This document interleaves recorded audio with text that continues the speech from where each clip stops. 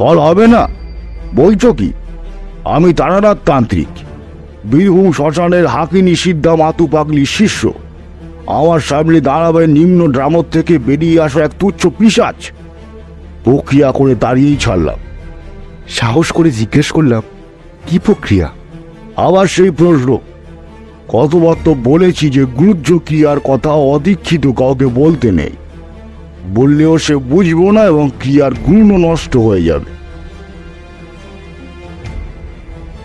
তারানাথ তান্ত্রিক বিভূতিভূষণ বন্দ্যোপাধ্যায় রচিত এক কালজয়ী চরিত্র। পরবর্তীতে তাঁর পুত্র তারাদাস বন্দ্যোপাধ্যায় এই রচনাকে এগিয়ে নিয়ে গিয়েছিলেন।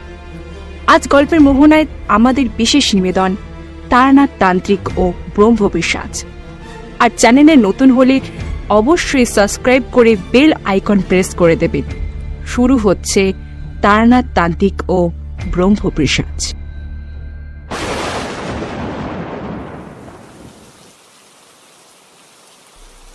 মঠ লেনের মুখে পৌঁছতেই ঝেঁপে বৃষ্টি এলো।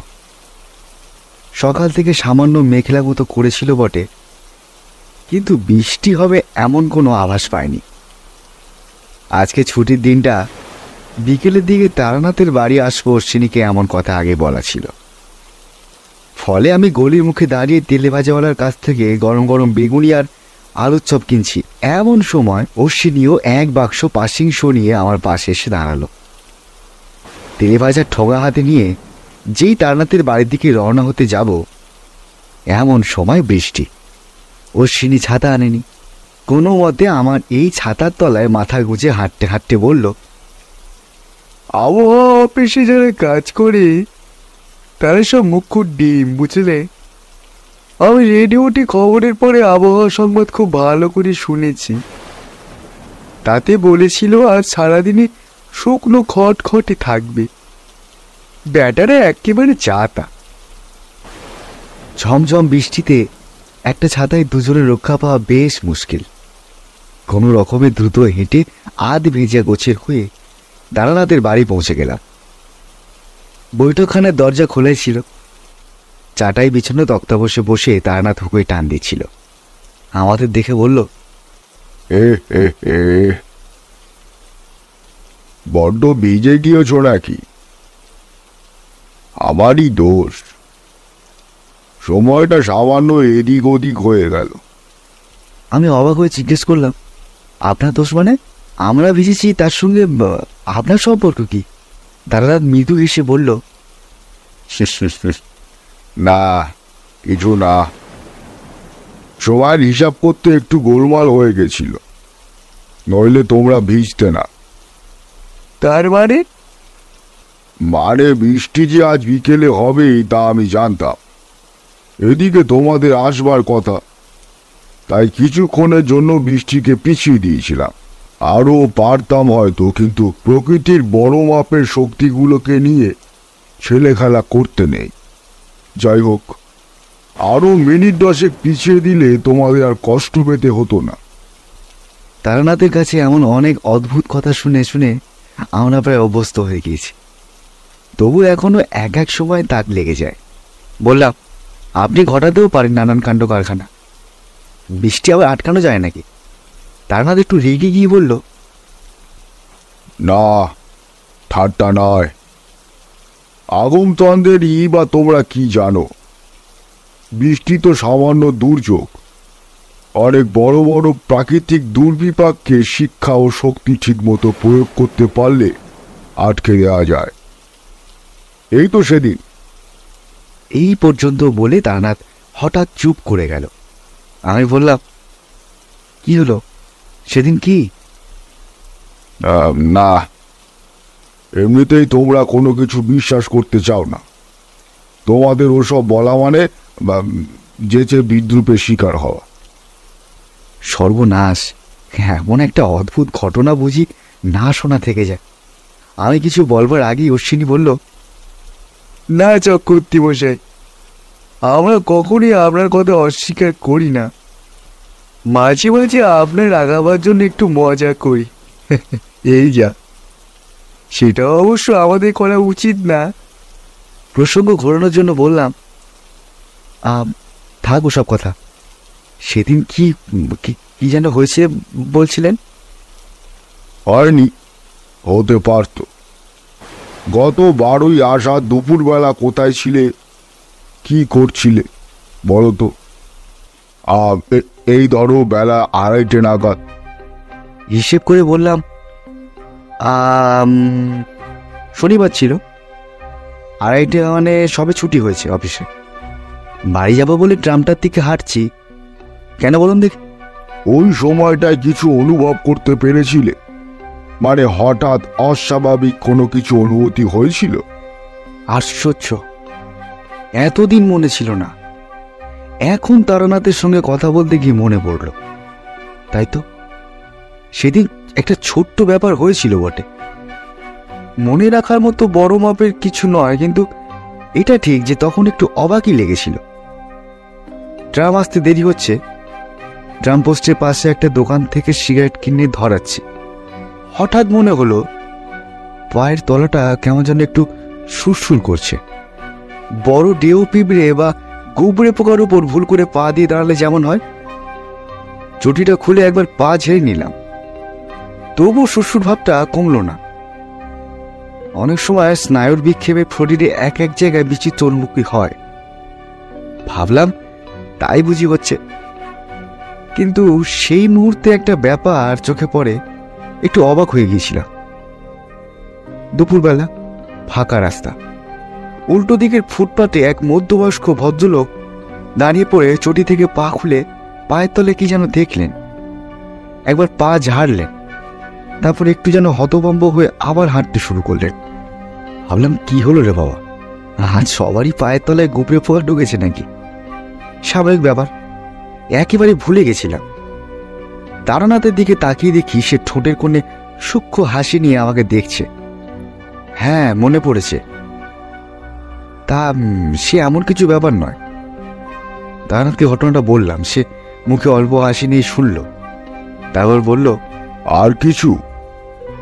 আর কিছু না, কেবল মনে হয়েছিল রাস্তার ওপারেও ভদ্রলোকেরও একই অনুভূতি হয়েছিল কি করে। কেবল ওই ভদ্রলোকই নয়, আরো অনেকের নিশ্চয় সেদিন পায়ের তলায় সুরসুর করে উঠেছিল। তারা সেই মুহূর্তে তোমার কাছাকাছি ছিল না, বা তাদের তুমি চেনো না, নইলে গল্প শুনতে পেতে। এতক্ষণ আমরা নিজেদের মধ্যে কথা বলছিলাম। এখন হঠাৎ অশ্বিনীর দিকে চোখ পড়তে দেখি সে মুখে বিস্ময় ফুটে আমাদের দিকে তাকিয়ে আছে। তার বিহল ভাব লক্ষ্য করে তারানাথ বলল, কি হে অশ্বিনী, তুমিও কিছু টের পেয়েছিলে নাকি? কি বলবো ঠাকুর মশাই, আপনাদের কথা শুনতে শুনতে আমি অবাক হয়ে যাচ্ছিলাম। 12ই আষাঢ়, ওই সময় আমি শিয়ালদার প্ল্যাটফর্মে দাঁড়িয়েছিলাম মোড়া গাছে লোকাল ধরবো বলে। ট্রেন প্ল্যাটফর্মে ঢুকতে দেরি করছিল। আমি ফেরিওয়ালার কাছ থেকে কচি শশা কিনে নুন লঙ্কা মাখিয়ে খাচ্ছিলাম। যাব মামার বাড়ি। ট্রেন ঢুকতে দেরি হলে পৌঁছতে অন্ধকার হয়ে যাবে, কারণ স্টেশনে নেমেও মাইল 2 পথ হাঁটতে হবে। হঠাৎ আমার মনে হলো পায়ের তলাটা যেন সুরসুর করছে। চটি খুলে পায়ের নিচে একবার তাকালাম, না, জুতো বা পায়ে কোনো পোকা বা ওই ধরনের কিছু লেগে নেই। আমিও ভাবলাম মাঝে মাঝে চামড়ার বিভিন্ন জায়গায় সুরসুরি ভাব হয়, এও বুঝি তেমনি। তবে আমি কাছাকাছি প্ল্যাটফর্মের লোকেদের মধ্যে কোনো চাঞ্চল্য লক্ষ্য করিনি। তখন মনে হয়েছিল সাধারণ ব্যাপার, কিন্তু এখন আপনাদের কথা শুনে মনে হচ্ছে এর মধ্যে অন্য কিছু আছে। তারানাথ বলল, 11ই আষাঢ় অমাবস্যা ছিল। তোমরা তো জানো, অমাবস্যার দিন আমি সারা রাত জেগে দেবীর আরাধনা করি। মানে কালী সাধনা করেন? না, তা ঠিক নয়। দেবী কালীর পুজো প্রথমে করে নিই বটে, কিন্তু মধ্যরাত্রি থেকে মধুসুন্দরী দেবীর পূজা করি ভোর রাত পর্যন্ত। এই পূজা সাধারণ পূজা নয়, কারণ আগমতন্ত্রে মধুসুন্দরী দেবীর উল্লেখ এবং স্তব আছে বটে, কিন্তু পূজার বিস্তৃত ব্যবস্থা ও প্রকরণ কিছুই নেই। তা আমি পেয়েছি 10 মাতৃকা তন্ত্রের শেষে কাঠের ত্রিপট্ট দিয়ে বাঁধা ঠাকুরমার হাতে লেখা অন্তপুঁথির পাতায়। কোন পুঁথি বুঝলে? যার শেষে জরাসুরের পূজার নিয়ম পেয়েছিলাম। সে গল্প তো তোমাদের অনেক আগেই বলেছি। মনে পড়ল তারানাথের ঠাকুরদার হাতে লেখা ওই পুঁথির শেষ দিকটা কিছুটা পুড়ে গিয়েছিল, কিছুটা ঝুরঝুরে হয়ে গুঁড়ো হয়ে পড়ে গিয়েছিল। এতদিন পরে আর তারানাথকে সে পুঁথি দেখাবার জন্য অনুরোধ করে লাভ নেই। তার পাতাগুলো পঞ্চভূতে মিশে গিয়েছে বহুদিন। বললাম, তা সেই পুজোয় বসে আপনি কি পেলেন? নইলে ওইসব প্রসঙ্গ উল্লেখ করার কারণ কি? বাইরে বৃষ্টির দাপট আরও বেড়েছে। এলোমেলো হাওয়ায় জানলার পাল্লা একবার খুলছে, একবার বন্ধ হচ্ছে। গড়ি গড়ি বৃষ্টির ছাড় আসছে বাতাসের সঙ্গে। অশ্বিনী উঠে জানালাটা ভালো করে বন্ধ করে দিল। তারানাথ বলল, গল্পে গল্পে অনেক দেরি হয়ে গিয়েছে। তোমাদের আনা তেলে ভাজাও তো এখন একেবারে ঠান্ডা। বসো একটু, আমি ভেতর থেকে আসছি। এই তেলে ভাজাগুলো একটু গরম করতে হবে, গরম চাই একটু। আসছি, এক্ষুনি আসছি। গল্পের ফাঁকে তারানাথ মাঝে মাঝে বাড়ির ভেতরে যায়। কখনো সত্যি সেটা চা করতে বলার জন্য, কখনো বা আমাদের একটু ধূমপানের সুযোগ করে দেওয়ার জন্য। তারানাথ প্রবীণ লোক, তার সামনে আমরা সিগারেট খাই না। আমরা জানি তারানাথ ইচ্ছে করেই অন্তত 5-6 মিনিট দেরি করে আসবে। তারানাথ ভেতরে যেতেই আমরা দুজনে উঠে বারান্দায় এসে দাঁড়ালাম। এখনো হাওয়ার সঙ্গে হালকা ছটি আসছে বটে, কিন্তু বারান্দা এদিকে এক টুকরো ত্রিপল টাঙানো রয়েছে। বারান্দার সেখানটায় বাতাসের দাপট কম। অশ্বিনী আর আমি দুটো কাঁচি সিগারেট ধরালাম। জোরে জোরে 3-4টে টান দেওয়ার পর ঠান্ডা জলো হাওয়া লেগে গা শিরশির করা ভাবটা কেটে গেল। ঘরের ভেতরে উপস্থিত জ্ঞাপক কাশির আওয়াজ শুনে বুঝলাম তারানাথ ঘরে ফিরে এসেছে। ঘরে ঢুকে বললাম, এই মানে একটু বৃষ্টি দেখছিলাম আর কি, বেশ নেমেছে। যাই হোক, এমন দিনে একটা জমাট গল্প না হলে কি চলে বলুন তো? তক্ত বসে বসতে বসতে তারানাথ বললে, বৃষ্টি দেখছিলে, সে বুঝতে পেরেছি। যাক, গরম তেলে ভাজা আর চা আসছে। খেতে খেতে দেখি কোনো গল্প মনে পড়ে কিনা। আমি বললাম, কিন্তু ওই পায়ের তলা সুরসুর করার রহস্যটার বিষয় তো কিছু বললেন না। কি হয়েছিল এখনই আষাঢ় রাত্রিরে পুজোর সময়? আমাদের দেওয়া পাসিংশোর প্যাকেট থেকে একটা সিগারেট বের করে ধরিয়ে তৃপ্ত মুখে ধোঁয়া ছাড়ল তারানাথ।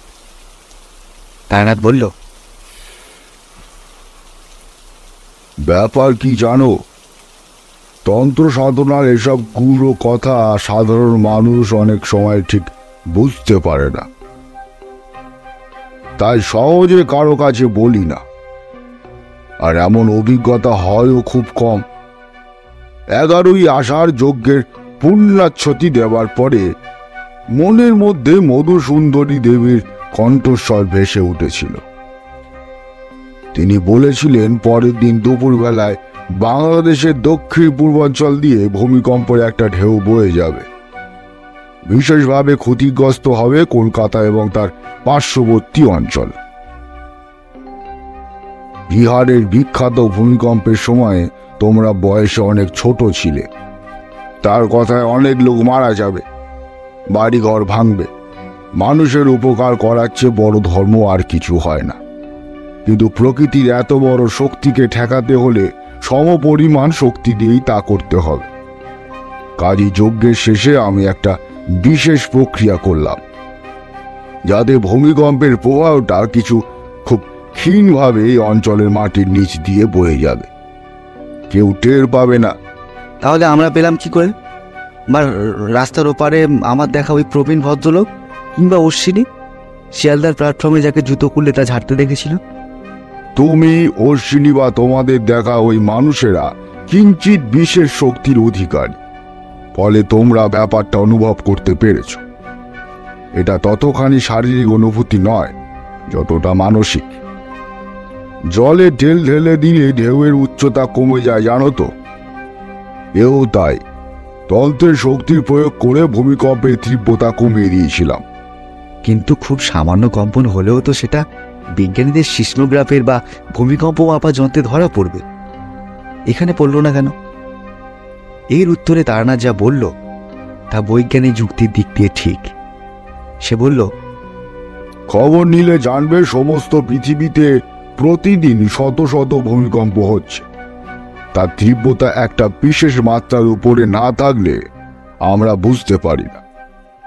বিজ্ঞানীদের যন্ত্রে সেদিনকার অতি দুর্বল কম্পন ধরা পড়েছিল নিশ্চয়, কিন্তু তা বলবার মতো কিছুই নয় বলে কোথাও খবর প্রচারিত হয়নি। এই সময় বাড়ির ভেতর থেকে তারানাথের মেয়ে চারি এক হাতে গরম তেলে ভাজা থালা আর অন্য হাতে আরেকটা থালা সাজানো চায়ের কাপ এনে আমাদের সামনে তক্তাপোষের উপর নামিয়ে রাখলো। বালিকা বয়স থেকেই চারিকে দেখছি, সে সত্যিই সুন্দরী মেয়ে। বর্তমানে বিয়ে হয়ে তাকে যেন আরও সুন্দর দেখাচ্ছে। এই ষাটোর্ধ্ব বয়সেও তারানাথের গায়ের রং দুধে আলতা, বড় বড় চোখ। মেয়ে বাপের রঙও চোখ পেয়েছে। বললাম, কিরে চারি, কবে এলি? আমাদের ছোটবেলা থেকে দেখছে বলে স্বচ্ছন্দভাবে চারি বলল, 4-5 দিন আগে এসেছি কাকাবাবু। আপনারা ভালো আছেন? ভালো আছে। হ্যাঁ রে চারি, তুই যেন হঠাৎ একেবারে গিন্নি হয়ে উঠেছিস। মনে পড়ে আগে আগে আমরা এলে পুতুল আর লেসের ডিজাইনের বায়না করতিস। চারি সলজ্জ হেসে চুপ করে দাঁড়িয়ে রইল। একে বাপের বাড়ি, তাই আমরা খুব পুরনো লোক, তাই সে মাথায় ঘোমটা দেয়নি। চারি স্বভাব ভারী মিষ্টি।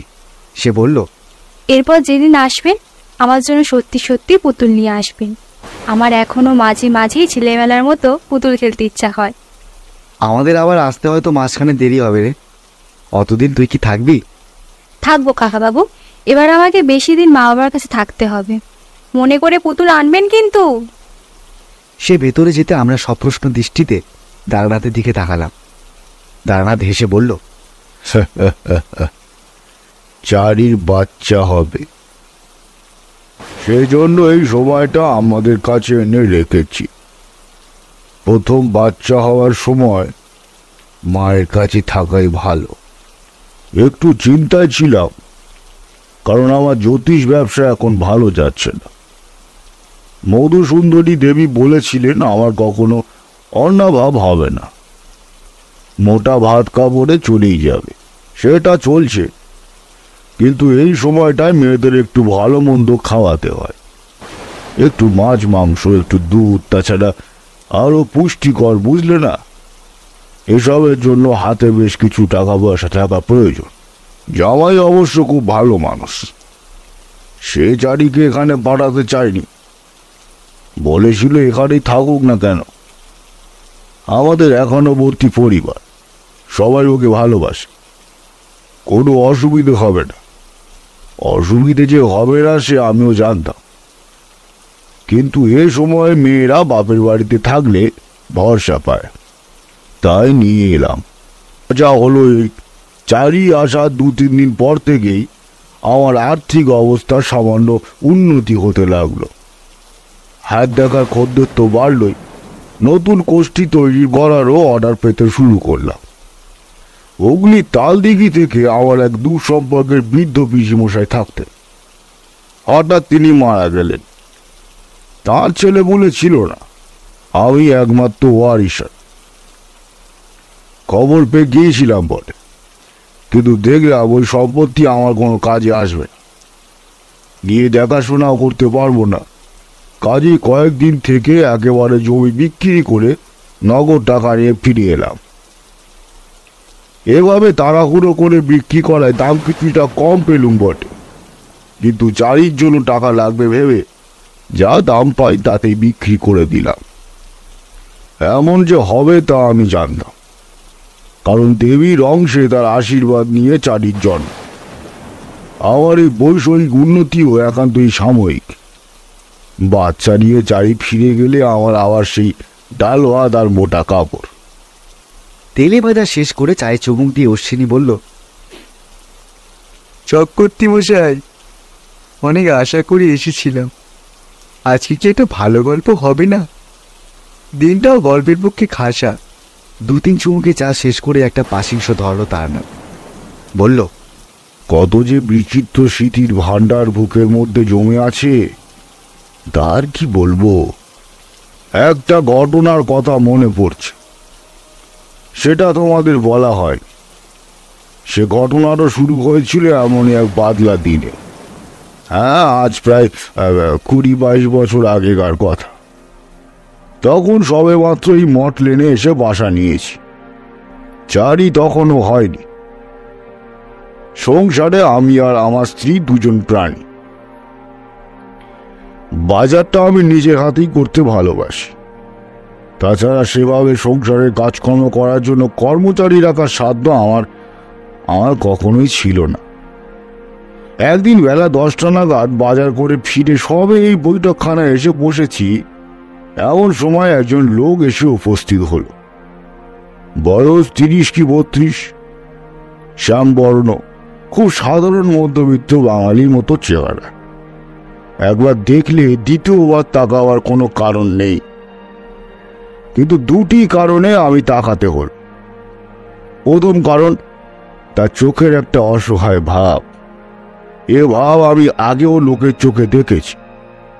নিজের বুদ্ধি অতীত কোনো রহস্যময় ঘটনার সম্মুখীন হলে মানুষের চোখে মুখে এইরকম ভরসাহারা ভাব ফুটে ওঠে। দ্বিতীয় কারণ, আমি বুঝতে পারলাম লোকটি খুব বিপদগ্রস্ত। এই ক্ষমতাটা আমাকে মধুসুন্দরী দেবী দান করেছিলেন। আজীবন আমি একে মানুষের কল্যাণে লাগাবার চেষ্টা করেছি। তোমরা যদি জিজ্ঞাসা করো কি দিয়ে আমি এটা বুঝতে পারি, তার উত্তর আমার কাছে নেই। মাথার ভেতর কেমন একটা অনুভূতি হয়, ভাষায় তাকে অনুবাদ করা যাবে না। লোকটি এসে আমার পায়ে হাত দিয়ে প্রণাম করে সোজা হয়ে দাঁড়াতে আমি বললাম, বসো বসো বসো। কবে থেকে এরকম আরম্ভ হয়েছে? ভাত রান্না দিয়েই কি শুরু? আমার চোখের সামনে লোকটার মুখ বিস্ময় শ্রদ্ধায় যেন কেমন হয়ে গেল। সে হুমড়ি খেয়ে আমার পায়ের উপর মাথা রাখতে এল। কাঁধ ধরে তাকে সোজা করে বসিয়ে বললাম, আহা, ওরকম করো কেন? বিপদে ভেঙে পড়তে নেই। ঈশ্বর তাদেরই বিপদ থেকে মুক্ত করে যারা সাহসের সঙ্গে লড়তে জানে। তুমি ব্যাপারটা আমাকে বলো। লোকটি বলল, আমার নাম রণদাচরণ ঘোষ, থাকি রামনগর গ্রামে। কাটোয়ায় নেমে যেতে হয়, খুব অজপাড়াগা বুঝলেন। কাটোয়া শহর থেকে অন্তত 10-11 মাইল দূর। আমাদের 4-5 পুরুষের বাস ওই গ্রামে। তার আগে আমাদের পূর্বপুরুষেরা কোথায় ছিলেন বলতে পারবো না, কিন্তু ঠাকুরমশাই, এই শান্ত ছাওয়ায় ঘেরা গ্রাম আমার বড্ড ভালো লাগে। আমি শান্তিপ্রিয় মানুষ। শহরে ধরন ধারণ আমার ভালো লাগে না। বৈষয়িক কোনো কাজে কাটোয়া এলে আমার এক দূর সম্পর্কে সম্বন্ধীর বাড়ি থাকি। তারপর কাজ শেষ হলেই নিজের গ্রামে ফিরে এসে হাঁপ ছেড়ে বাঁচি। আমাদের গ্রাম খুব সুন্দর ঠাকুরমশাই। ধান আর পাটের ক্ষেত, নিবিড় আম কাঁঠালের বাগান, বড় বড় বট আর অশ্বত্থ গাছ ছড়িয়ে রয়েছে চারিদিকে। গ্রামের একধারে কমলাক্ষী নামে একটা ছোট্ট নদী। নামের জন্য কমলা শব্দটা আছে বলে কিনা জানি না, ক্ষীণকায় হলেও কমলাক্ষীর জলধারায় প্রখর গ্রীষ্মেও কখনো শুকোয় না। নদীর ধারে বাঁধানো ঘাট কিছু নেই, কিন্তু আমরা ছোটবেলা থেকে এই নদীতে স্নান করে অভ্যস্ত। ঠান্ডা জল, পায়ের নিচে চখা বালি। অন্য কোনো জলের উৎস না থাকায় গ্রামের সবাই নদীতে স্নান করে। ধীর গতি হলেও চমৎকার স্রোত নদীতে, কাজেই জল খুব পরিষ্কার আর পবিত্র। এই পর্যন্ত বলে হাঁপ নেওয়ার জন্য রণদাচরণ একটু থামল। বললাম, একটা কথা জিজ্ঞেস করছি। তোমার মুখের ভাষা তো ভারী সুন্দর, একেবারে গ্রাম্য মানুষদের মতো নয়। তুমি কতদূর পড়াশোনা করেছ? রণদাচরণ বিনয়ে মাথা নিচু করে বলল, আগে বলবার মতো তেমন কিছু পড়াশোনা করিনি ঠাকুরমশাই। বোর্ডিংয়ে থেকে কাটোয়া স্কুল থেকে ম্যাট্রিক পাস করেছিলাম 2nd ডিভিশন। ছাত্র হিসাবে খুব একটা খারাপ ছিলাম না, আর ছিল গল্প উপন্যাস পড়ার নেশা। সাধারণ লেখক থেকে শুরু করে রবীন্দ্রনাথ, বঙ্কিমচন্দ্র, শরৎবাবু সব পড়ে ফেলেছিল। আমাদের গ্রামে লাইব্রেরি ছিল না। স্কুলে পড়ার সময় শহরের লাইব্রেরি থেকে বই নিয়ে পড়তাম। এখন ভিপি ডাকে কলকাতা থেকে বই আনিয়ে পড়ি। ওই একটা নেশা আর কি, অন্য কোনো নেশা তো নেই। দেখলাম রণদাচরণের গল্প অন্য দিকে চলে যাচ্ছে। বললাম, বুঝলাম বুঝলাম। এবার তোমার আসল কারণটা গুছিয়ে বলো দেখি বাপু। বক্তব্যে কোনো ফাঁক দেবে না কিন্তু, যতই তুচ্ছ মনে হোক না কেন, কোনো ঘটনা বাদ দেবে না। নাও শুরু করো। উদ্ভ্রান্ত ভাবে একবার চারিদিকে তাকিয়ে রণদাচরণ কথা বলতে আরম্ভ করলো। কিভাবে যে কোথা থেকে শুরু করি বুঝতে পারছি না। শুনলে কেউ হয়তো বিশ্বাসও করবে না, তবু যেহেতু আপনি আমার একমাত্র ভরসা, তাই সবকিছু খুলে বলছি। যে কারণে আপনার কাছে এসেছি সেই দুর্বিপাকে শুরু আজ থেকে মাস দেড়েক আগে। আমরা চাষিবাসী গৃহস্থ, বাড়িতে বৃদ্ধা মা, স্ত্রী আর 2 ছেলে মেয়ে। একদিন সকালে শহর থেকে পাইকার এসেছে। সে আমাদের জমিতে উৎপন্ন যা কিছু রবি শস্য সব এক লপ্তে কিনে নেবে। লোকটা ভালো, গত বেশ কয়েক বছর ধরে তার সাথে আমাদের ব্যবসা। জিনিসের ভালো দামও দেয়। কি কি জিনিস হয় তোমাদের জমিতে? কিছু ধান আর পাট হয়, তাছাড়া মসুরি, কলাই, টমেটো, শিম। আমাদের যে আম বা কাঁঠালের বাগান আছে, গরমকালে সেগুলোও জমা দিয়ে দেয়। যাই হোক, সে আসবার সময় শহর থেকে কিছু খবরের কাগজ আর বাংলা গল্পের পত্রিকা নিয়ে এসেছিল। লোকটা চলে যাওয়ার পরে একটা কাগজ খুলে পড়ছি, এমন সময় শুনতে পেলাম রান্নাঘরের দরজার কাছে দাঁড়িয়ে মা এবং স্ত্রী কিছু একটা আলোচনা করছে। প্রথমে খেয়াল করিনি, তারপরে মনে হলো মায়ের গলায় যেন একটু বিস্ময়ের আভাস। কাগজ রেখে রান্নাঘরের দরজার কাছে গেলাম। আমাকে দেখে দুজনেই চুপ করে গেলে। কি হয়েছে মা, কি বলছো? এই দেখ না কাণ্ড। বৌমা ভাত চড়ে উঠোনটা ঝাঁট দিতে গিয়েছিল, ফিরে এসে দুপুরে তরকারি করতে বসেছিল। হঠাৎ মনে হলো ভাত তো অনেকক্ষণ আগে চড়িয়েছিল, গলে গেল না তো। গিয়ে দেখে গলে যাওয়া তো দূরের কথা, হাতায় করে যে ভাতটুকু তুলেছিল তা মোটেই সিদ্ধ হয়নি, প্রায় চাল বললেই চলে। ও কিছু না, গিয়ে দেখতে বলো এতক্ষণে সেদ্ধ হয়ে গিয়েছে। জলের জন্য অনেক সময় এমন হয়, কিন্তু তা নয়। রান্না আর খাওয়ার জল আসে পাড়ার চৌধুরী বাড়ির টিউবওয়েল থেকে। বাড়ির কিশোরের রামচন্দ্র নিয়ে গিয়ে আসে জল। সে জল খুব ভালো, খেতেও মিষ্টি। জিনিসপত্র সেদ্ধ হয় খুব তাড়াতাড়ি। আজও সেই জলই এসেছে। আমার কথা মতো আরও 15-20 মিনিট অপেক্ষা করা হলো, কিন্তু সে চাল আর সেদ্ধ হলো না। আধ ঘন্টা পরেও খুন্তির আগায় হাঁড়ি থেকে যা উঠল তা একেবারে চাল। কিছু বুঝতে না পেরে আবার নতুন করে জল চাড়িয়ে চাল দেওয়া হলো। এবার কিন্তু অন্য দিনের মতোই ভাত ঠিক সময় তৈরি হয়ে গেল। রণদাচরণ থামতে প্রশ্ন করলাম, আর কি সমস্যা হচ্ছে বলো? কখনো কোনো রকম ভয়টায় পেয়েছো নাকি? আগে সেভাবে যে কিছু ঘটেছে বা দেখেছি তা নয়, কিন্তু আজ কদিন ধরে মনটা কেমন যেন খুব ভারী হয়ে আছে। কি যেন একটা অমঙ্গল ঘনিয়ে আসছে আমাদের পরিবারের উপর। রাতে ভালো করে ঘুমোতে পারি না, দিনে কোনো কাজে মন বসে না, রাত্রিরে ঘুরে ফিরে একটা স্বপ্নই দেখছি। একই স্বপ্ন বারবার দেখা কি উচিত? কি স্বপ্ন দেখছো, গুছিয়ে বলো দেখি। স্বপ্নটা যে খুব ভয়ের তা নয়, কিন্তু আমি স্বপ্নের ভেতর যে ভয় পেয়ে যাই। আমার দম বন্ধ হয়ে আসে, নিঃশ্বাস নিতে পারি না। চমকে জেগে গিয়ে উঠে বসে অনেকক্ষণ ঈশ্বরের নাম করি। স্বপ্নে দেখি আমি যেন একটা অদ্ভুত জায়গায় গিয়েছি। জায়গাটা অর্ধেক তৈরি একটা শহর, কিন্তু সেই শহরের কোনো বাড়ি সম্পূর্ণ তৈরি হয়নি। প্রত্যেকটা বাড়ি খানিকটা উঠে থেমে রয়েছে। কোনোটা কাঠ থামার পর্যন্ত গাঁটা, কোনোটা ভিতের উপর হাতখানে মাত্র উঠেছে। এদিকে যতদূর তাকায় কেবল সেই রকম বাড়ি। ভিত আর দেয়ালে ফাঁক ফোকর দিয়ে গজিয়েছে বড় অসুস্থ আর আকন্দের চারা। কোথাও কোনো পথ নেই, রাস্তা নেই, কেবল গায়ে গায়ে লাগা অর্ধেক তৈরি ভুতুরে বাড়ি। সময়টাও দিন না রাত্রিও না, আকাশে চাঁদ বা সূর্যও নেই। পরিবেশে অদ্ভুত একটা ম্লান ছায়া ছায়া আলো। আমি বাড়ি ফিরে আসতে চাইছি, কিন্তু কিছুতেই ওই ভয়টি শহর থেকে বেরোবার পথ খুঁজে পাচ্ছি না।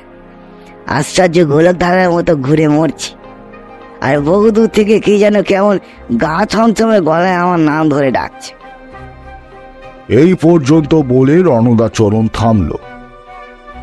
মেঘের রকম দেখলে যেমন বোঝা যায় আরো বৃষ্টি হবে, তেমনি তার মুখ দেখে মনে হলো তার আরো কিছু কথা বলার আছে। আমি বললাম, তারপর তারপর কি? লতির খুন নিয়ে মুখ মুছল রণদা। বলল, আলাদা করে আর কি বলবো। এরপর থেকে একদিন বাদ দিয়ে দিয়ে রান্নায় বাধা পড়তে লাগলো। কোনোদিন চাল সেদ্ধ হয় না, কোনোদিন ডাল। একদিন আবার তরকারি কাটার সময় সবগুলো পটলের ভেতর থেকে মোটা মোটা শুয়োপোকা বেরোলো। একদিন সন্ধেবেলা মা ঠাকুরঘর থেকে ভয়ে চিৎকার করে উঠল। আমার স্ত্রী আর আমি তাড়াতাড়ি ছুটে গেল। গিয়ে দেখি ঠাকুরের আসনের সামনে মা হাতে দেশলাই নিয়ে উদ্ভ্রান্ত হয়ে বসে আছে। বললাম, কি হয়েছে মা, চিৎকার করে উঠলে কেন? আমার দেশলাই জ্বলছে না কেন রে খোকা? কিছুতেই ঠাকুরের সামনে প্রদীপটা জ্বালাতে পারছি না। দেখি দাও তো বলে দেশলাইটা হাতে নিয়ে 4-5টা কাঠির বাক্সের উপর ঘষলাম। সত্যি একটা কাঠিও জ্বলল না। মাকে হাত ধরে ওখান থেকে উঠিয়ে নিয়ে এলাম।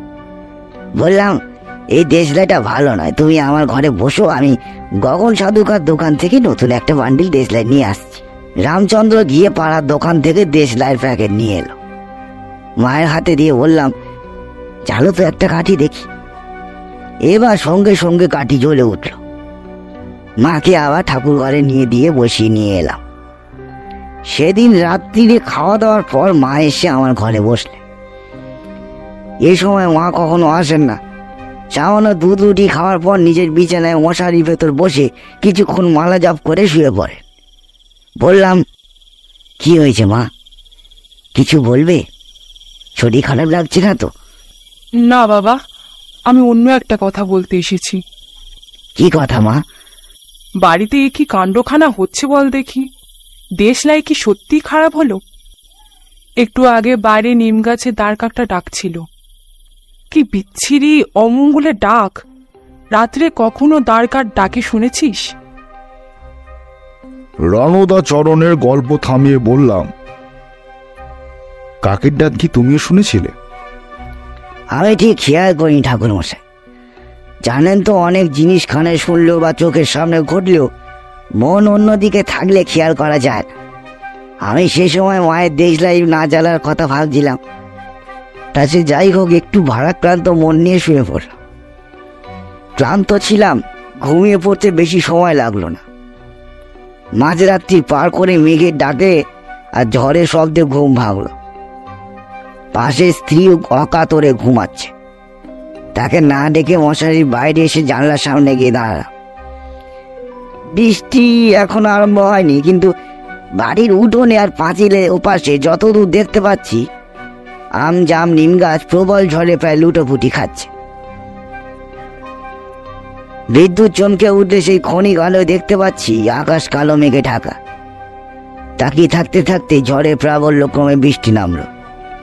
প্রথমে ঝিরঝির, তারপরে বড় বড় কয়েক ফোঁটা, আর তারপরে ঝমঝম করে আকাশ ভেঙে জল ঝরতে লাগলো। জানলা দিয়ে ছাট আসছে। সরে এসে ভালো করে জানালা বন্ধ করে দিলাম। ফিরে এসে মশারি গুঁজতে গুঁজতে ভাবলাম, আজ সারাদিন আকাশ তো পরিষ্কারই ছিল। সন্ধ্যের পর বা রাত্রিরে বৃষ্টি হতে পারে বলে মনে হয়নি তো। আবহাওয়ার গতি প্রকৃতি একদম বদলে যাচ্ছে দেখছি। এইসব 7-5 ভাবতে ভাবতে যখন প্রায় ঘুম এসে গিয়েছে, তখন উঠোনে নিম গাছটার ডাল থেকে ঝড়ের শোষো আওয়াজ সত্ত্বেও স্পষ্ট শুনতে পেলাম কাকের ডাক। কি বলবো পণ্ডিত মশাই, আমার সমস্ত গা শিউরে উঠল। কাকের ডাক, কাকের ডাক তো অনেক শুনেছি, কিন্তু একই ধরনের ডাক। এমন ঝড় বৃষ্টি সত্ত্বেও নিম গাছের ডালে বসে একটা কাক এরকম গম্ভীর আশ্চর্য গলায় ডেকে চলেছে, সে না শুনলে বিশ্বাস করা যায় না। তাছাড়া আপনি হয়তো জানেন, ভেজা দ্বারকাক কখনো ডাকে না। সকালে উঠে দেখি মেঘ কেটে গিয়েছে, চারিদিকে ঝকঝকে রোদ্দুর। গঞ্জে জরুরি কাজ ছিল, স্নান সেরে দই চিড়ে খেয়ে তাড়াতাড়ি বেরিয়ে পড়লাম। পথে বেরিয়ে প্রথমেই যেটা মনে হলো, আরে উঠোনে বা পথে কোথাও মাটি ভেজা দেখছি না তো। রাস্তায় কোথাও কোনো জল কাদাও জমে নেই। যেরকম ঝড় রাত্রিরে হয়েছে তাতে দু একটা সরু ডালপালা বা গাছের পাতা পথের উপর পড়ে থাকা উচিত ছিল। পথে দুইকে যখন বড় বড় অনেক গাছ, কিন্তু এ তো একেবারে শুকনো। অদ্ভুত কাণ্ডও বটে। গঞ্জে পৌঁছে রামপদ নন্দীর দোকানে গিয়ে বসলাম। কাজের কথা হওয়ার পর যখন উঠছি, রামপদ বলল, আপনাকে একটু শুকনো শুকনো দেখাচ্ছি, শরীর ভালো আছে তো?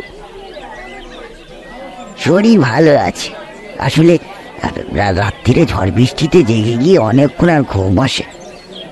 ঘুম না হওয়ার জন্য বোধহয় ওই রকম দেখাচ্ছে। হিসেবের খাতায় কি একটা লিখতে যাচ্ছিল রামপদ, থমকে গিয়ে আমার দিকে তাকিয়ে অবাক হয়ে বলল, ঝড় বৃষ্টি কাল রাত্রিরে? কই না তো। তার বাবু, আর রাত্রিরে তো ঝড় বা বৃষ্টি হয়নি। নৌকাতে মাল আসছিল, সে বস্তাগুলো তো গুদামে তুলবার জন্য আমি প্রায় সারা রাত জেগেছিলাম। কই কিছু তো। সেও আমার দিকে অবাক হয়ে তাকিয়ে আছে, আমিও তার দিকে অবাক হয়ে তাকিয়ে আছি। একটু সামনে নিয়ে বললাম, ও স্বপ্ন দেখছি তাহলে? আমি বড্ড অদ্ভুত অদ্ভুত স্বপ্ন দেখি, বুঝলে। বাড়ি ফেরবার পথে যাদের সঙ্গে দেখা হলো প্রত্যেকেরই একটু কায়দা করে গত রাত্রিরে ঝড় বৃষ্টির কথা জিজ্ঞেস করল। না, কেউই কাল রাতে ঝড় বাদলে আওয়াজ শোনেননি। আর বেশি লোকের সঙ্গে কথা বলতে ভয় করল। ছোট জায়গায় এরপরে রটে যাবে রণদাচরণ ঘোষ, মাথা খারাপ হয়ে গিয়েছে। সবাইকে ডেকে কি সব আবল তাবল কথা জিজ্ঞেস করছে। এরপর অবশ্য কয়েকটা দিন আর কিছু ঘটল না, সব আগের মতো স্বাভাবিক। ভাবলাম যাক, আর দুর্ভাবনা করার কারণ নেই। জীবনে অনেক কিছু ঘটে যায়, সরাসরি ব্যাখ্যা হয় না। ও নিয়ে আর মাথা ঘামানোর কারণ নেই। আপনার কাছে আসবার দরকারই হতো না যদি না। সব প্রশ্ন দৃষ্টিতে তার দিকে তাকালাম। বললাম, বলো, থামলে কেন? কি হলো তারপর? রণদাচরণের চোখের দৃষ্টি কেমন বিহল হয়ে গিয়েছে। আমার দিকে তাকিয়ে সে বলল, তারপর আমার সময় হারিয়ে যেতে আরম্ভ করলো। আমার মনের সে কি অবস্থা। রণদাচরণের পেছনে যে আবছা অন্ধকার দেখেছিলাম সেটা আরো অনেক গাঢ় হয়ে এসেছে। মনে হলো বিপদটা দ্রুত ঘনীভূত হয়ে আসছে, এবং যে অশুভ শক্তির আবেশ ঘটেছে লোকটার উপর, সেই শক্তিটা চাইছে না ও আমার কাছে আর বেশিক্ষণ বসে থাকে। বললাম, সময় হারিয়ে যাওয়াটা কিরকম ব্যাপার? আগে সে অদ্ভুত ঘটনা। এই 7-8 দিন আগে, দিনটা ছিল বুধবার, রাত্রিরে খাওয়া দাওয়া করে শুয়েছি, ঘুমও ভালোই হয়েছে। পরের দিন উঠে একটু মহকুমা শহরে যেতে হবে মাল কাচালি করতে। ভোরবেলা ঘুম ভেঙে কুয়োতলা থেকে হাত মুখ ধুয়ে এসে স্ত্রীকে বললাম, দই চিড়ে মেখে দাও তো, মহকুমায় যাব, তাড়াতাড়ি আছে। সে অবাক হয়ে আমার দিকে তাকিয়ে বলল, আজ আবার? কি ব্যাপার বলো তো? রোজ রোজ মহকুমার শহরে কি কাজ? রোজ রোজ? আমি এর মধ্যে আবার মহকুমা শহরে কবে গেলাম? সে কি, গতকালই তো তুমি সকালবেলায় উঠে মহকুমা শহরে গেলে, বললে কি জরুরি কাজ আছে। দই আর চিড়ে খেয়েই তো বেরোলে, দুপুরে আর ফিরলে নে। ওইখানেই কোথায় খেয়ে একেবারে সন্ধেবেলা বাড়ি এলে। বারশোলা ধানের চিড়েও তো নিয়ে এলে সের দই, রান্নাঘরে তাকে তুলে রাখলাম। তোমার হয়েছে কি বলো তো? গতকালের ঘটনা ভুলে গেলে? স্ত্রীর কথা শুনে আমার মাথার মধ্যে সব কেমন গোলমাল হয়ে যাচ্ছে, কিন্তু বেশি বিশ্বাস প্রকাশ করলে বউ ভয় পাবে বলে সামলে নিলাম। বললাম, ও হ্যাঁ হ্যাঁ হ্যাঁ, গিয়েছিলাম বটে। আজকাল কাজের তারায় কিছু খেয়াল থাকে না। আজ আবার যেতে হবে, কাজ আছে। মহকুমা শহরে পৌঁছতেই বড় রাস্তার দুদিকে দোকান থেকে সকল ডাকতে লাগলো, এই যে রণদা, আজ আবার এলে যে, তেলে ব্যবসা করছো দেখছি, এসো এসো বসো, আমার এখানে একটু গল্প করে যাও, এইসব। এদের মধ্যে শ্রীকান্ত পালের বয়স 60 কি 65 হবে, প্রবীণ মানুষ, স্বভাব খুব মিষ্টি। তার কাছে গিয়ে বসলাম। সে বলল, ব্যবসার কথা তুললাম বলি রাগ করলি না তো? তবে বয়সে অনেক ছোট, তোমাদের উন্নতি হলে আমরা সত্যি আনন্দ পাই। তারপরে তার কাছে যে 15 মিনিট বসলাম, তার মধ্যে গতকাল মহকুমা শহরে এসে আমি কি কি করেছি সবই জানা গেল।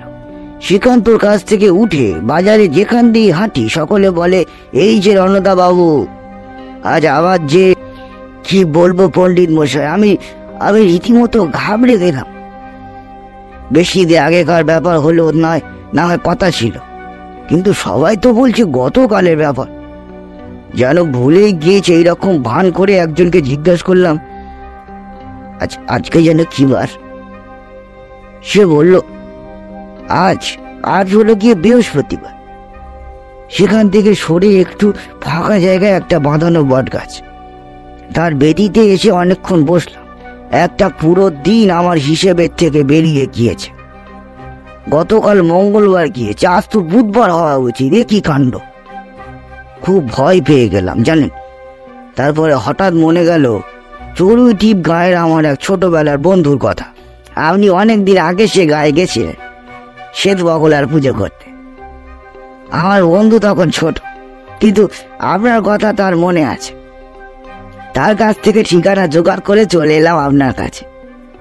আপনার সেই বন্ধু বিরাজবাবু, তিনি এখনো বেঁচে আছেন, তিনিই ঠিকানা দিয়েছে। আর কিছু বলবে? ওই স্বপ্নটা ইদানিং আবার দেখছি ঠাকুর মশাই। ওই যে সে অর্ধেক তৈরি শহরে ঘুরে বেড়াচ্ছি, আর কি যেন অদ্ভুত গলায় আমার নাম ধরে ডাকছে। ডাকটা দূরে ছিল, এখন প্রতি স্বপ্নে যে ডাকছে সে যেন কাছে চলে আসছে। আমি আর দেরি না করে চলে এসেছি আপনার কাছে, আপনি আমাকে রক্ষা করুন। একটু ভেবে বললাম, তুমি বাড়ি চলে যাও, একটা মাদুলি তোমার হাতে পরিয়ে দিচ্ছি। আগামী অমাবস্যা পর্যন্ত এই মাদুলি তোমাকে রক্ষা করবে। কৃষ্ণা চতুর্দশীর দিন দুপুর নাগাদ আমি পৌঁছে যাব তোমার বাড়ি। ভালো করে ঠিকানা দিয়ে যাও। সেখানে রাত্রিবেলা আমি একটা পুজো আর যজ্ঞ আয়োজন করব। ভয় নেই, বিপদ কেটে যাবে। রণদা চরণের মুখ উজ্জ্বল হয়ে উঠল। সে বলল, ভাবছিলাম পণ্ডিত মশাই, তা কি কি জিনিস আমাকে সংগ্রহ করতে হবে বলুন, আর দক্ষিণে সব মোট খরচাই বা কত পড়বে? খরচের কথা এখন থাক, জিনিসের ফর্দ একটা বানিয়ে দিচ্ছি, জোগাড় করে রাখবে। কিছু জিনিস তুমি পাবে না, সেসব আমি নিয়ে যাব। এই ফর্দেরই কয়েকটা দ্রব্য পাওয়া কঠিন হবে, তবু চেষ্টা করো। গ্রামে থাকো, পেয়ে যাবে। ফর্দ তৈরি করে যখন তার হাতে দিলাম, তার মুখ বিস্ময়ে ভরে উঠল। বেচারার দোষ নেই, সাধারণ পুজোর জিনিসপত্রের মতো তো নয়। ফর্দে কি কি ছিল শুনবে? এই শোনো, সিদ্ধি, উপবীত, হর্তুকি, আতপ চাল, কলা, মাটি সরা ইত্যাদি, যা সাধারণ ফর্দে থাকে। তার সঙ্গে ছিল প্রথম ফল ধরেছে এমন আম গাছের পোকায় খাওয়া 5টি পাতা, এর সঙ্গে হলুদ সুতোয় গঠিত কলা বাদুরের ডানা, কেউ ডুবে মারা গিয়েছে এমন পুকুরের তলার মাটি, কলঙ্ক ধরা পুরনো পেতলের প্রদীপ ইত্যাদি ইত্যাদি। রণদা চরণ বলল, এসব জিনিস আমি জোগাড় করে রাখবো। আজ যেন কি লাগবে বলেছিলেন? সে তুমি পাবে না, দোকানে কিনতে পাওয়া যায় না। বললাম তো আমি নিয়ে যাব। এবার যাবার রাস্তা ভালো করে বলো তো। দিন 7 পরে রণদা চরণের গ্রামের রাস্তায় বাস থেকে নামলাম। তারানাথ সিগারেট ধরাবার জন্য থামল। সেই ফাঁকে বললাম, আপনি তো গল্প বলে চলেছেন, কিন্তু আমাদের কিছু প্রশ্ন জমে যাচ্ছে যে দেশলাইনের কাঠিটা ছাইধানি হিসাবে ব্যবহৃত নারকেলের মালায় গুঁজে দিয়ে তারানাথ বলল, বলো কতক্ষণ এভাবে গল্প শোনা যায়? রণদাচরণের দুর্ভাগ্যের পেছনে কি ছিল সেটা তো বলুন। এদিকে তো হাঁপিয়ে উঠলাম। তারানাথ বলল, ব্রহ্ম পিশাচ। তারানাথ চক্রবর্তীর কাছে অনেক বিচিত্র কথা শুনেছি, কিন্তু কখনো ব্রহ্ম পিশাচের কথা শুনি। বললাম, সেটা আবার কি? সিগারেট জোরে একটা টান দিয়ে তারানাথ বলল, তা বলতে পারবো না, কখনো দেখিনি তো, বোধহয় দেখা যায়ও না। যেমন ধরো দুর্ঘটনার সম্ভাবনা, ভয়, বিষণ্ণতা, অমঙ্গল, ভয়ের অসুস্থ রোগীর ঘরে স্নাল পরিবেশ, এসব কি দেখা যায়? প্রকৃতি তেমনি একটা অশুভ শক্তির নাম ব্রহ্ম পিশাচ। নাম দিয়ে চিহ্নিত করলে ধারণা করা সহজ হয় বলে এই নাম ব্যবহার করা হয়। নইলে নিম্ন ডামতন্ত্রের প্রায় বিলুপ্ত প্রেত কপাটিকা শাখা রেখে বিপরীত কণিকা শক্তি বলা হয়েছে, কোনো নাম দেওয়া হয়নি। হঠাৎ রাস্তার পিছলে পড়ে গিয়ে পা ভাঙে কেন? বলেছি তো, জিনিসটা একটা দুর্ঘটনার মতো, খুবই শক্তিশালী সম্ভাবনা। কারোর উপরে এর প্রভাব পড়লে তাকে দুর্ভাগ্যজনক আকস্মিকতা বলে মেনে নেওয়া ছাড়া উপায় নেই। ব্রহ্ম পিশাচ জগতের একটা অন্ধ অপশক্তি, এর কোনো রূপ, আকার বা চেতনা কিছুই নেই। কিন্তু যার উপরে এর প্রভাব পড়ে তাকে এবং তার কাছের মানুষদের বড় কষ্ট দেয়। আপনি আগে থেকে ব্যাপারটা জানতেন, নাকি রণদাচরণই প্রথম? তারানাথ বলল, রণদাচরণ দ্বিতীয়। এসব ঘটনা তো রোজ রোজ ঘটে না, আর এত বড় দেশে কোথাও ঘটলেও সব খবর আমার কাছে পৌঁছয় না। আগে একটা মাত্র লোককে দেখেছিলাম এরকমই পিশাচগ্রস্ত, তখন আমি সমস্ত বাংলাদেশে পায়ে হেঁটে ঘুরে বেড়াচ্ছি। নদিয়া আর মুর্শিদাবাদের সীমান্তে এক গ্রামে আশ্রয় নিয়েছিলাম, সেখানেই দেখা। তারা আমাকে ডাকেনি বা আমার তন্ত্রমন্ত্রের সাধনা সম্বন্ধেও কিছু জানতো না। আমি এমনি সাধারণ ব্রাহ্মণ অতিথি হিসাবে রাত্রির আশ্রয় নিয়েছিলাম। তখনকার দিনে কেন, এখনো গ্রামের দিকে অতিথি হিসাবে ব্রাহ্মণের খাতির আছে। সন্ধ্যের মুখটা তাদের বাড়িতে দাওয়ায় বসে আছি, হাতে হুঁকো। তাদের বাড়ির কিষান ধরিয়ে দিয়ে গেছে, টানছে। বাড়ির কর্তা আমার কাছে দাওয়ার উপর বসে এটা ওটা গল্প করছে। হঠাৎ সামনের উঠোনে থপ করে কিসের একটা শব্দ হলো। আমরা দুজনেই অবাক হয়ে তাকালাম। ভারী জিনিস নয়, নরম পুডলা গোছের কোনো একটা জিনিস পড়বার শব্দ। কর্তার নাম বিষ্ণুপদ। সে দাওয়া থেকে নেমে জিনিসটা দেখতে গেল। পরক্ষণই তার চিৎকার। ভেতর বাড়ি থেকে ভাই ছেলে পুলে সব বেরিয়ে গেল। লণ্ঠন আর লাঠি হাতে কর্মচারী ভোলাও দেখতে দেখতে এলো ব্যাপারটা কি। আমিও এগিয়ে গেলাম। উঠোনের ঠিক মাঝখানে কোথা থেকে একটা মোটা সোটা বিড়াল এসে পড়েছে। দরজা দিয়ে হেঁটে আসেনি, কারণ ওপর থেকে পড়ার আওয়াজ আমি নিজেই শুনেছি। পাঁচিলের ওপাশ থেকে প্রাণীটাকে কেউ যেন ছুঁড়ে দিয়েছে।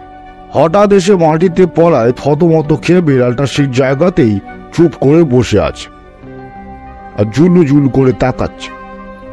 বারান্দা থেকে এক বৃদ্ধা, সম্ভবত বিষ্ণুপদর মা, তিনি বললেন, ওই আবার শুরু হলো। বিষ্ণু, এর জন্য একটা কিছু কর বাবা। বিষ্ণুপদ কিছু বলার আগেই সমস্ত উঠোন জুড়ে ধূপধাপ শব্দ শুরু হয়ে গেল। এবার শুধু বিড়াল নয়, তার সঙ্গে ছোট আর মাঝারি আকারের কুকুরের বাচ্চা, সেগুলো মাটিতে পড়েই তারও স্বরে চেঁচামেচি শুরু করে দিল। এমন অনৈসর্গিক কাণ্ড দেখি কখনো। বিষ্ণুপদ চিৎকার করে তার কর্মচারী ভোলাকে বলল, বাইরের দরজা খুলে দে, এগুলো বেরিয়ে যাক। ভোলা ছুটে গিয়ে উঠোনের দরজা খুলে দিল আর প্রাণীগুলো হুড়মুড় করে বেরিয়ে চলে গেল। বারান্দায় বিষ্ণুপদর মা কাঁদছেন, ভাইয়েরা বিগল হয়ে দাঁড়িয়ে রয়েছে, আর বিষ্ণুপদ আমার হাত ধরে বলছে, ঠাকুর মশাই, আজ কদিন ধরে দিনে রাত্রিরে বাড়িতে সব অদ্ভুত কাণ্ড হচ্ছে। আপনাকে বলবো ভাবছিলাম, তার মধ্যেই আপনার সামনেই হয়ে গেল। বিষ্ণুপদ তার বাড়িতে ঘটা অঘটনের কাহিনী ভীত মুখে বলে গেল, কিন্তু আমার যেসব শোনার প্রয়োজন ছিল না, কারণ আমি ততক্ষণে বাতাসে আতপ চাল আর কিসের একটা অপ্রীতিকর আষ্ঠে গন্ধ পেতে আরম্ভ করেছি। তাতে কি বুঝলেন? নতুন একটা পাশিংশ ধরিয়ে তারানাথ বলল, বুঝলাম যে এ বাড়িতে ব্রহ্ম পিশাচের আগমন ঘটেছে। এসব তারই মূল লক্ষণ। গুরুর কাছে শুনেছি, পুঁথিতে পড়েছি, দেখলাম এই প্রথম। কি করলেন তারপর? করব আর কি, লোকটাকে পিশাচের আবেশমুক্ত করার জন্য যা করার তাই করলাম। আমাদের সাধনায় নিয়ম আছে, গুরুর আদেশ, কাউকে বিপদগ্রস্ত দেখলে তাকে ফেলে পালানো যাবে না। পালালে নিজের সাধনার পথ ধ্বংস হয়ে যাবে। রণদাচরণের বাড়িতে যা যা করব স্থির করে যাচ্ছিল, বিষ্ণুপদর বাড়িতেও তাই করলাম। ফল হলো? পিশাচের প্রভাব দূর হলো? তারানাথ একটু চটে পড়ল। ফল হবে না বলছো কি? আমি তারানাথ তান্ত্রিক, বীরভূম শ্মশানের হাকিনী সিদ্ধা মাতু পাগলির শিষ্য। আমার সামনে দাঁড়াবে নিম্ন ড্রামত থেকে বেরিয়ে আসা এক তুচ্ছ পিশাচ। প্রক্রিয়া করে তাড়িয়েই ছাড়লাম। সাহস করে জিজ্ঞেস করলাম, কি প্রক্রিয়া? আবার সেই প্রশ্ন। কতবার তো বলেছি যে গ্রুহ্য ক্রিয়ার কথা অদীক্ষিত কাউকে বলতে নেই, বললেও সে বুঝবো না এবং ক্রিয়ার গুণ নষ্ট হয়ে যাবে। তবে কিছু কিছু তোমাদের বলি, কারণ তোমরা দুজনেই ভালো আধার। ব্রহ্ম পিশাচ বিতরণের পুরো ক্রিয়ায় কেমন তা বলবো না, তবে কি কি প্রয়োজন তা কিছুটা তো বলেছি, আরও কিছুটা শোনো, শুনলে অবাক লাগবে। প্রথমেই দেহবন্ধুর হিসাবে জয়ন্তীর মূল 1 অঙ্গুলি পরিমাণ কেটে বিপদগ্রস্ত মানুষটির মণিবন্ধে মন্ত্র উচ্চারণ পূর্বক পরিয়ে দিলাম। জয়ন্তী যেন? বললাম, নাম শুনেছি, গাছ দেখিনি কখনো। জয়ন্তী লোকায়ত সাধারণ নাম হলো জয় হর্তুকি। দশকর্ণ ভাণ্ডারে চাইলেও পেতে পারো, কিন্তু প্রথমত তা বহুদিনের শুকনো এবং সত্যিকারের সেই গাছ কিনা তা বলা কঠিন। শুনলে বটে, কিন্তু নিজে কখনো করতে যেও না, কারণ আসল জিনিস হলো মন্ত্রটি, সেটি আমি বলবো না। এর সঙ্গে কালো ছাগলের খুর লেগে থাকা মাটি ছুরি দিয়ে সামান্য চেঁচে নিতে হয়, ঘোড়ার পেছনের পায়ের লোম ইত্যাদি। আনন্দ কাঠের আগুন তৈরি করে মাটির ছোট সরাই এই উপাদানগুলি পুড়িয়ে ছাই সংগ্রহ করতে হবে। ধরে রাখা বৃষ্টির জলে ওই ছাই মেখে সে ভস্যের তিলক কপালে পরিয়ে যজমানকে পাশে বসিয়ে যজ্ঞ শুরু করতে হয়। যাই হোক, রণদাচরণের বাড়ির দিকে হাঁটতে শুরু করলাম। তারানাথকে থামিয়ে দিয়ে বললাম, না না, ওই ব্যাপারটা আগে বলে নিন। ওই যে আতপ চালের আর কিসের গন্ধ পাবার কথা বলছিলেন না? ও হো, ওটা বাদ দিয়ে যাচ্ছিলাম। না, যেখানে এরকম গন্ধ পাবে বুঝবে সেখানে হয় কোনো অপদেবতা বা সাপের উপস্থিতি ঘটেছে। আশ্চর্য হয়ে বললাম, সাপ আর অপদেবতা? হ্যাঁ, বিশেষ করে দুধরাজ খেউটে বা গোখরো কাছাকাছি থাকলে গোবিন্দভোগ চালের গন্ধ পাওয়া যায় বাতাসে। তারানাথকে আর ঘাটালাম না, খুচরো উদ্ভট কথা শুনতে গিয়ে আসল গল্পটাই হারিয়ে যাবে। তারানাথ বলে চলল, ঘণ্টাখানেক হেঁটে রামনগর গ্রামে পৌঁছে গেলাম। আম জাম কাঁঠালের ছায়া ঘেরা বেশ স্নিগ্ধ গ্রাম, কিন্তু রণদাচরণের বাড়িতে ঢুকে সেই শান্তির ভাবটা মন থেকে দূর হয়ে গেল। এই বিশেষ অনুভূতির ক্ষমতা মধুসুন্দরী দেবী আমাকে দান করেছিলেন। যেখানে কোনো অশুভ বা অপ্রাকৃত শক্তির আবেশ ঘটেছে, সেখানে পা দেওয়া মাত্র আমি বুঝতে পারি। আমাকে দেখে রণদাচরণ দৌড়ে এলো। বারান্দায় জল চৌকির উপরে বসতে হাত মুখ ধুয়ে বিশ্রাম করতে করতে জিজ্ঞেস করলাম, এর মধ্যে আর কিছু ঘটেছে নাকি? আগে না, বোধহয় আপনার মাদুলির গোল। কেবল কাল রাত্রিরেও স্বপ্নটা দেখেছি, সেই অর্ধেক তৈরি বাড়ির শাড়ি। আমি বেরোতে পারছি না সেই গোলক ঢালা থেকে। ভয় নেই রণদা, এবার সবকিছু ঠিক হয়ে যাবে। যা যা জোগাড় করতে বলেছিলাম পেরেছ? আগে হ্যাঁ, কিছু তো আপনি আনবেন বলেছিলেন।